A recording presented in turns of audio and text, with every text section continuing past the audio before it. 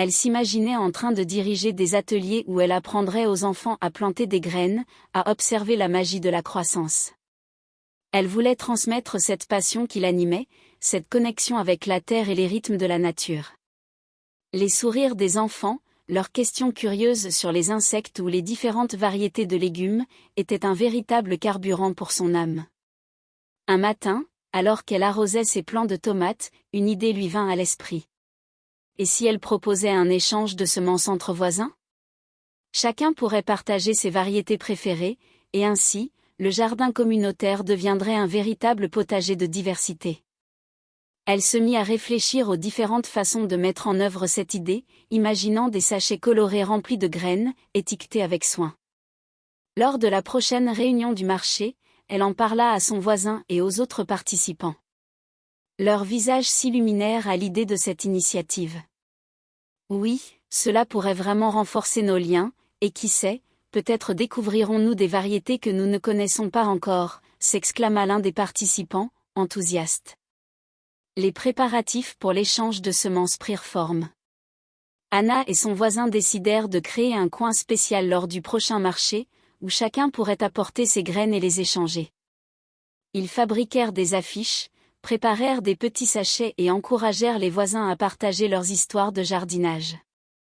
Le jour de l'échange, le jardin était encore plus vibrant que d'habitude. Les gens affluaient avec leurs sachets, curieux de découvrir les variétés des autres. Les discussions allaient bon train, des conseils pratiques étaient échangés, et les enfants, fascinés, observaient les adultes en train de partager leurs trésors. Anna était aux anges. Elle réalisait à quel point cette simple idée avait le pouvoir d'unir les gens. Au-delà des légumes et des fleurs, c'était un véritable réseau de soutien qui se tissait, une communauté qui se renforçait à chaque échange. Alors que le soleil commençait à descendre à l'horizon, baignant le jardin d'une lumière dorée, Anna se rendit compte qu'elle avait non seulement créé un espace de partage, mais aussi un lieu de rencontre, d'amitié et de rire.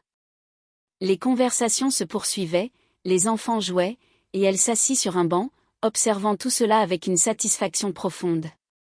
Elle songea à sa vie avant d'arriver dans ce quartier, à l'isolement qu'elle avait ressenti, à la solitude qui pesait sur ses épaules. Maintenant, elle était entourée de voisins, d'amis, de complices dans cette aventure de jardinage. Elle avait pris racine, tout comme ses plans, et cela lui remplissait le cœur de gratitude. Alors qu'elle se perdait dans ses pensées, une petite fille s'approcha, un sachet de graines dans la main. « Anna, regarde ce que j'ai trouvé », s'écria-t-elle en lui montrant fièrement des graines de tournesol. « Tu crois que je peux les planter ici dans le jardin ?» Le regard d'Anna s'illumina. « Bien sûr, ma belle. Les tournesols sont magnifiques.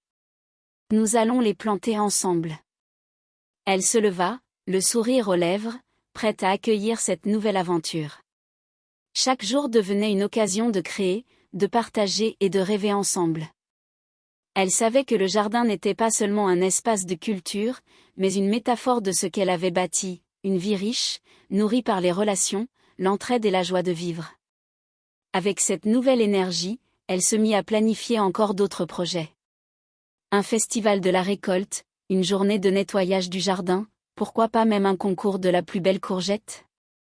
Chaque idée était une graine plantée dans son esprit, attendant de germer dans ce sol fertile qu'était devenu son quotidien. Les mois passèrent, et chaque événement apportait son lot de souvenirs et d'histoires. Anna se découvrait, s'épanouissait, et le jardin, autrefois simple bout de terre, se transformait en un véritable lieu de vie.